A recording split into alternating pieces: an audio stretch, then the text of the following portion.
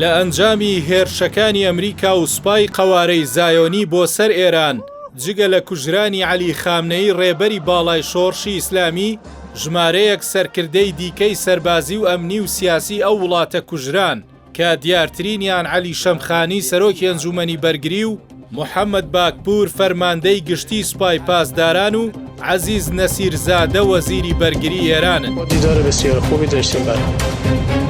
عەلی شەمخانی ئەدمیراڵ و سیاسی باڵا سکرتێری ئەنجومەنی بەرگری و ڕاوێژکاری خامنەیی بووە.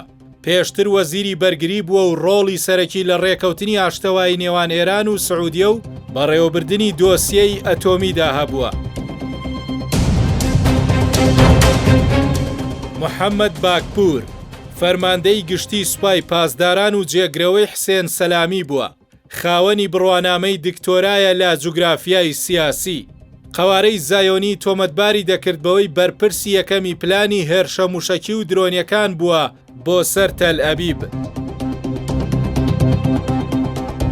سەلاح ئەسەدی سەرۆکی بەشی هەواڵگری لە فەرماندەی بارینە ئاسایی ئۆفسەرێکی باڵای هەواڵگری بووە لە ئەرکانی گشتی وەک داڕێژەری استراتیژی جەنگی ئێران بەرامبەر بە ئەمریکا و قەوارەی زایۆنی ناسرا بوو.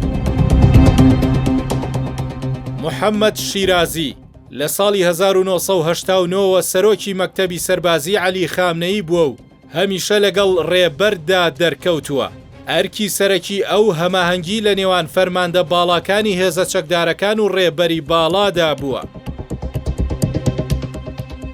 عەزیز نەسیرزادە وەزیری بەرگری ئێران پێشتر فڕۆکەوانی جەنگی بووە. بەرپرسی پەرەپێدانی پیشەسازیە موشەکیەکان و چەکە دوورهاوێژەکان و تەکنەلۆژیای پێشکەوتووی سەربازی ئێران بووە.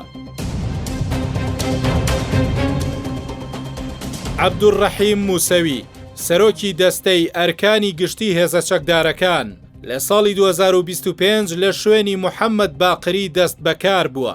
ئەفسەرێکی دێرینی هێزی تۆپخانە بووە و ئەزمونێکی زۆری لە شەڕی عێراق ئێراندا هەبووە. حسێن جەبەل عاملیان یەکێک بووە لە فەرماندە دیارەکانی سوپای پاسداران. ئەرکی سەرەکی ئەو سەرپەرشتی و بەڕێوەبردننی پیشەسازیە دەریایەکانی سوپای پاسداران بووە. ڕەزا موزەفەری نییە فەرماندە لە سوپای پاسداران و سەرۆکی پێشووی ڕێکخراوی سپەند بۆ داهێنانی بەرگری بووە. قەوارەی زایۆنی تۆمەتباری دەکرد بەوەی هەوڵەکانی بۆ پەرەپێدانی بەرنامەی ئەتۆمی چڕ کردووەتەوە. محەممەد باسری یەکێک لە بەرپرسە باڵاکانی وەزارەتی هەواڵگری ئێران ئیتلاعات بووە. لە ئەنجامی هێرشێکی کتوپڕ بۆ سەر تەلاری وەزارەتەکە لە تاران کوژرا.